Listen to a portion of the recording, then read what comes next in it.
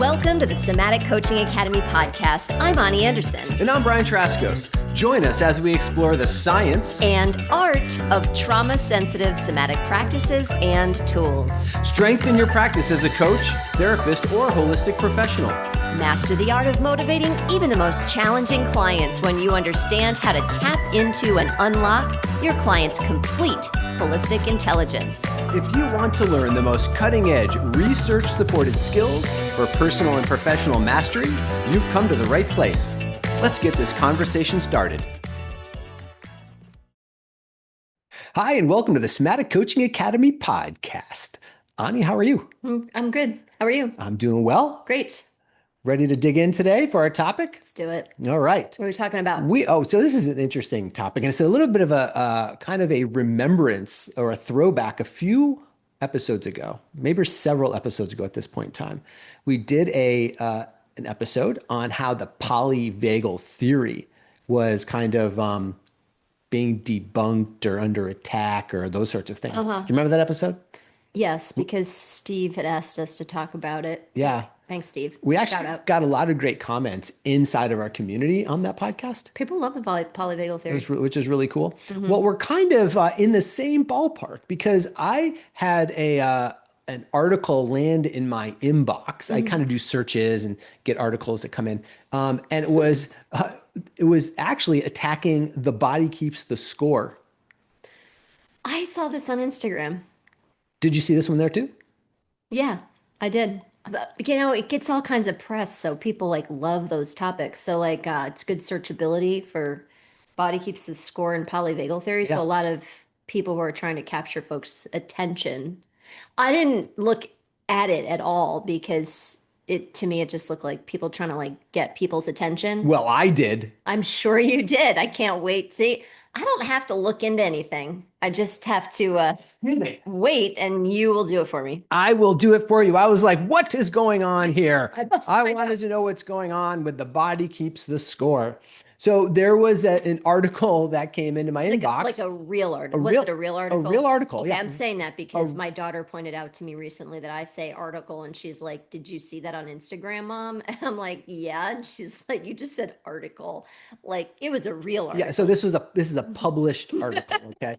Published article. It was published in the Frontiers in Systems Neuroscience. Oh, wow. And I just want to say it's an opinion article. Oh, okay. It's not a peer-reviewed study. It's an opinion article. And the title of it is, The Body Does Not Keep the Score. Okay. Okay. Trauma, predictive coding, and the restoration of metastability. Metastability. Yep. What's that? We'll dig into that. Okay. But so that's the title. So what caught my eye is that the body does not keep the score. And so, honestly, I'm an embodiment professional, somatic coach, those kinds of things. So I got my hackles up a little bit around it. I'm like, you get a little protective around things that you care about. At least I do. I don't know. This doesn't bother me. No? No. I mean, especially because I don't know. I mean, I might mess up your whole thing right now, so I'm just going to let you keep going. Okay. Well, maybe you can let me know if what you're thinking actually gets flushed out as the way we're talking about it, okay? Yeah, you're welcome, by the way, because I have done that before. Exactly. Yeah, okay. You've thrown grenades into things before. So thanks for holding it. That sometimes, but you're welcome. Yeah, so hold that one for a minute. Okay, so here's the thing. So this idea of metastability and predictive coding and trauma, it actually was a really good article. I do want to say that right off the bat. And anybody who is looking to learn something about predictive coding and trauma, definitely read the article. Well, who wrote it, Brian? Oh, it's written by Kotler, Menino, Fox, and Friston. So they are what are they? Neuroscience professionals. Okay. Yeah, I mean, so they're researchers and they're researchers and scientists that wrote the article. But again, it's an opinion article, and the model that they're proposing has not been tested either. So this is really a theoretical article, an opinion based on the work of Bessel van der Kolk and The Body Keeps the Score. Okay. So the idea of metastability. So this is what metastability is. Metastability is the brain's ability to fluidly switch among semi-stable network states. stable network states. So it's switching back and forth between neurological networks. Okay. And right. So when it's metastability, in other words, your brain is never like stable. Sure. Your brain is always flipping back and forth between activity in different networks. Right. So metastability is when all of that activity is stable. Oh, that makes a lot of sense, actually. Yeah. Because the brain activity is never static. Right. So balance in the nervous system is never, homeostasis is not static. Homeostasis is a dynamic representation of being in balance, but it's because things are out of balance enough that they're balanced, kind of thing. Harmonious. Right. So metastability is that kind of idea. So the opinion paper lays out the case for brain function acting primarily as a predictive organ. And there's actually research to support that for sure. We've talked about that a lot on the podcast, actually, how the brain primarily predicts what's going to happen next based on earlier training and conditioning. Right. Because for the brain to be responding to everything all the time, that requires a lot of energy to do that. And the body is primarily an energy conservation mechanism or ecosystem, let's say. And so the best way to conserve energy is to decide what's going to happen next before it happens and then just approach it that way. And whatever happens, it sorts it really quickly into those buckets. And unless something falls way outside of the prediction, the brain won't change the body's operating systems to adapt to it, again, unless it's way outside of the predictive coding. Right. So there's truth to that. Sure. Right. So, and here's the point, though. Van der Kolk talks about that in the book. He says that in the book. And if you read Body Keeps the Score, there are several chapters on the brain. So he's not avoiding the brain topic. He's not saying the brain isn't useful. He talks about the brain at length in the book. He talks about how trauma affects the brain. He talks about memory in the brain. He talks about actually talks about predictive kind of coding in the brain also. So he goes to great length to kind of talk about the book. So the paper, the opinion paper, actually what I found was interesting, lays out basically the same processes that Van der Kolk lays out in his book, okay? And how it relates to trauma and its effect to the brain. So they went through a lot of the paper actually validating. Yeah, what's the point then? Well, so here's the point. This is what was really interesting. The paper takes issue, it did this a couple of times. It takes specific issue with the term keeps the score. Oh. The body keeps the score. They're like, that is not true. The body does not keep the score because they're saying is that the trauma is not stored in the body, but it's predicted by the brain. Okay. Now, the paper also says this. The paper says this very clearly. It notes several times that trauma is not stored in quote unquote non-innervated bodily tissue. Nowhere in the book does Bessel van der Kolk make that claim. That trauma is stored in non-innervated tissue. Because here are some examples of non-innervated tissue: cartilage, dental enamel, your cornea, your hair and your nails, epithelial tissue. So nowhere in the book does Bessel van der Kolk say, listen, trauma is stored in non-innervated body tissue. Yeah, right. I just think this is hilarious in the fact that the folks who wrote this opinion article, which sounds like it was cool, probably have not written a best-selling book that is globally all over the place called The Body Does Not Keep the Score, Trauma Predictive Coding and Restorative Metastability. No one is buying that. People want to buy a book that's called The Body Keeps the Score because it illustrates enough a concept that people can understand so that they will initiate a relationship with the material and do something with the material. But if it's called something weird or unrelatable, then people won't even like. So of course he's got to call it something like that. And by the way, I would love to know. See if you can find this on Mr. Wizard. Like, was that? did Bessel van der Kolk come up with that title or the editors? Oh, good point. I don't know. I would really like to know. I don't know. That would be fascinating. But what it reminds me of, like this bit of the paper, was the same thing that happened in the polyvagal theory paper, was that the rebuttal paper made assumptions about polyvagal theory that weren't actually included in polyvagal theory, and then worked to disprove the theories that they were putting on polyvagal theory that weren't actually a part of the theory. Right. So in large part, what this paper is saying is when it says the body does not keep the score, it's saying that trauma is not stored in non-innervated bodily tissue. Well, of course it's not. Right. Bessel van der Kolk never said it was. And so if they're putting their paper on that, then they're actually putting something into the book that's actually not in the book. Mm-hmm. And so they're disproving something that's actually not even a part of the theory to begin with. Right. So when I read that, I was like, oh, okay. So it makes sense. They're kind of using that title in order to get attention to read their paper. Exactly. Which isn't a bad paper. Right. But it's also making ineffective or inaccurate assumptions about the work. Now, one of the things they did say in their paper, which I thought was really cool. I'm a big fan of Antonio Damasio, who wrote Descartes' Error, and several other books on interoceptive networks and those kinds of things. Yeah. So I want to read a quote from the book that they actually from the paper. Okay. From the paper, it says, a more compelling thesis for how emotional maps are truly embodied comes from Antonio Damasio's somatic marker hypothesis.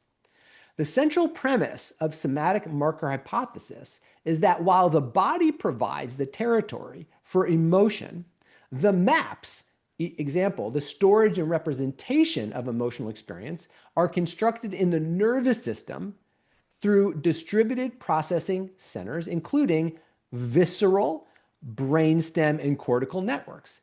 So I just thought it was interesting that they put this quote in the paper and it says including visceral. Right. Isn't visceral a part of the body? Yeah. Well, I mean, even the brain's a part of the body, by the way, but yeah. Oh, that was the grenade I was gonna throw. That brain's a part of the body. I was right. Yeah, of course it is. Yeah, brain's a part of the body. But also that's how it all gets stored, So anyway, I was right. Yeah. You told me to tell you. I'm telling you. So you're right. That's good. But I thought it was interesting that they wrote this in the paper and then they say the body does not keep the score, but they actually then attribute Damasio's what is the viscera? That says the viscera is a part of the storage process. The viscera is the body. Right. The viscera is There's no stretch of the imagination on that one. Right. The viscera is in here. It's here. So I thought that was kind of interesting too. Okay. Say what viscera is for people. Oh, so the viscera is the gut, right? So it's your gut. It's your gut. It's the stuff in your gut, your bowels, your organs, that kinds of things. And there's a lot of innervation in those areas, right? So there's a whole other brain down there that operates through your gut. And if we talk to people like gut health and microbiome and those kinds of things, there's a lot of research around depression and microbiome and the gut brain. So there's a lot of connections in there that are worthy of consideration. Yep. And it's definitely a part of your body. No argument there. No argument on that one. So here's another thing, that the paper then leans heavily into flow research, the research of flow. Oh, yeah. As the theory for refuting the body's role in a storage model of trauma. However, flow states in large part require body movement. Right. Right. Flow doesn't, like when you look at flow research, it's always including body movement of some way. Right. So a lot of the very early flow research was done in things like surfing and movement practices and those sorts of things. So that doesn't make how sense. Can you discount the body? I mean, how can you say flow is only about the brain and not about the body when you're including the body, which as soon as you're moving the body, you're giving the brain information to work with. Even if the brain's predicting what that information might be, you're still feeding it information. So, and a lot of the information is interoceptive. It's also proprioceptive and exteroceptive information. You got a lot of sensory flow comes up into the brain when you're moving the body. Right. So I just think there's all these little things about the paper that, again, I thought were compelling, but at the same time, they were really undercutting themselves. Sure. At least their the title Right. for their thing. Actually, for me, actually, they're telling me the body does keep Right. the score, Exactly. sort of thing. Confirmed it more. Right. Mm-hmm. So my thoughts, here were my thoughts after reading the paper. Mm-hmm. And we're going to include the link to the paper in the show notes. So definitely check it out for yourself. Again, it's a really good read. I love reading papers like this because they're very educational. They talk about different brain networks and systems. So I just kind of keep bumping up my learning around the connectivity in parts of the brain. Mm-hmm. And because of the way they're written a little more friendly than like in a textbook. So Sure. so it's really really good for learning. So I'd highly recommend it just from a learning perspective. So I really enjoy the paper for that. This paper, kind of like that polyvagal theory paper, makes unclaimed assumptions about what's going on. Then it tries to disprove those assumptions. So I think so. It didn't. I wasn't really bought into the idea that the body does not keep the score anymore after doing this, based on how they were proposing it. But for a couple other reasons for this too. I do want to say too, though, the authors were very what I want to say, supportive actually of Van der Kolk's work and the value it's brought to the world and those kinds of things. Mm-hmm. And so the claim that they're making is that they are not positioning this paper as a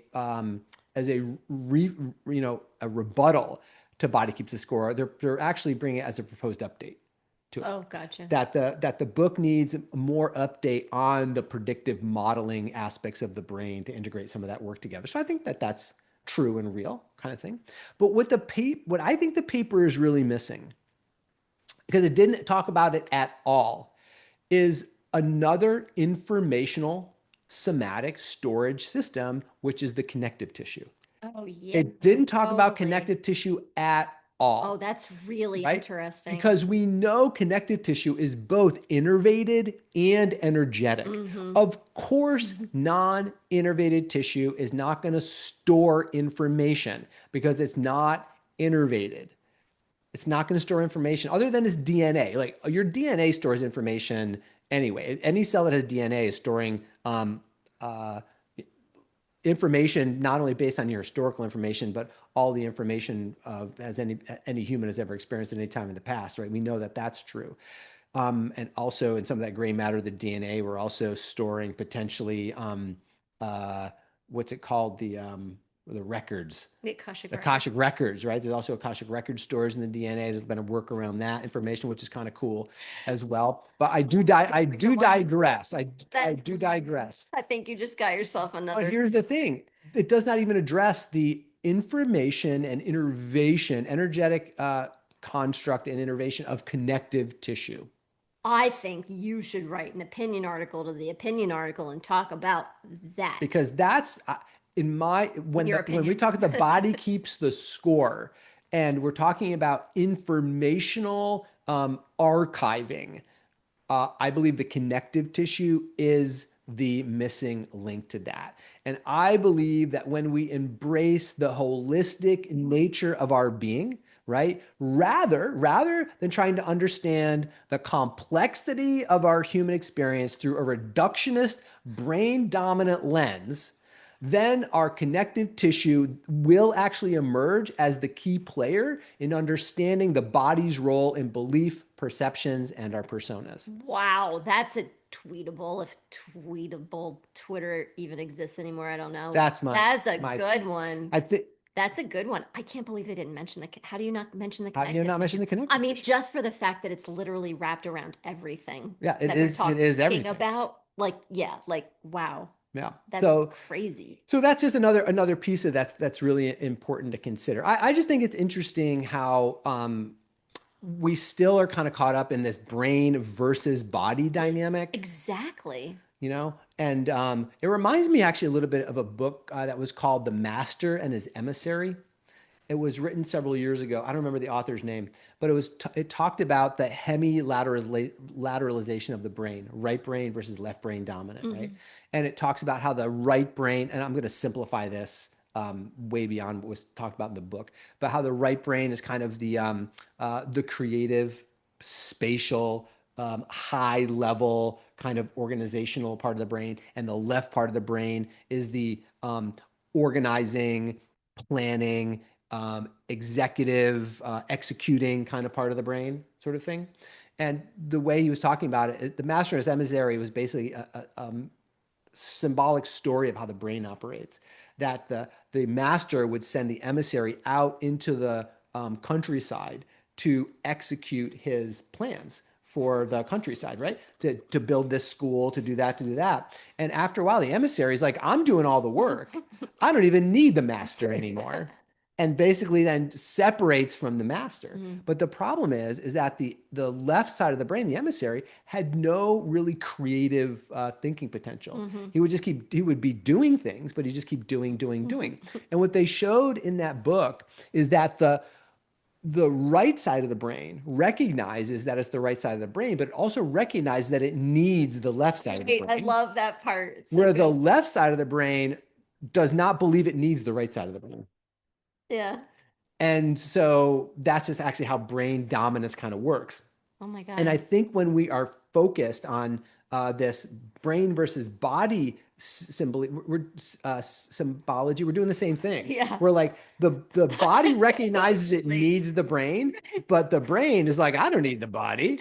Like, I am all powerful. I'm making all the decisions. And so I think in research, we can kind of set up this dynamic of brain dominance is, doesn't need the body, and we lose that aspect of our holistic representation of ourselves. We're still in this body-mind split.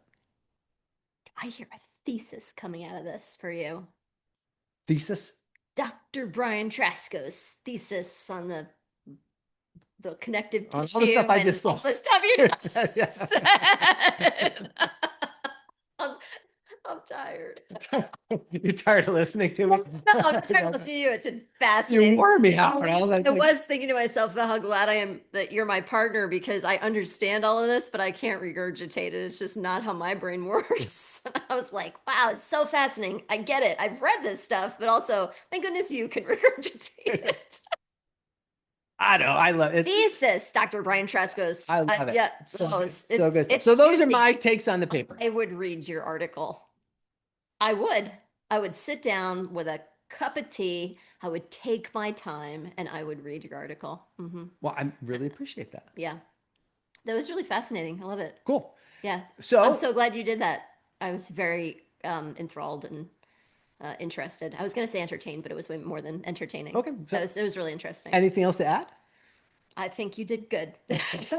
Thank you. Really appreciate it. So I got a bit of a soapbox for me. So good job. Sorry if I monopolized the airspace with my soapbox. I mean, listeners, you tell me if I'm wrong, but I think listeners appreciate being able to come here and hear your hot takes about, well, they're not really hot takes. They're like educated dissertations, educated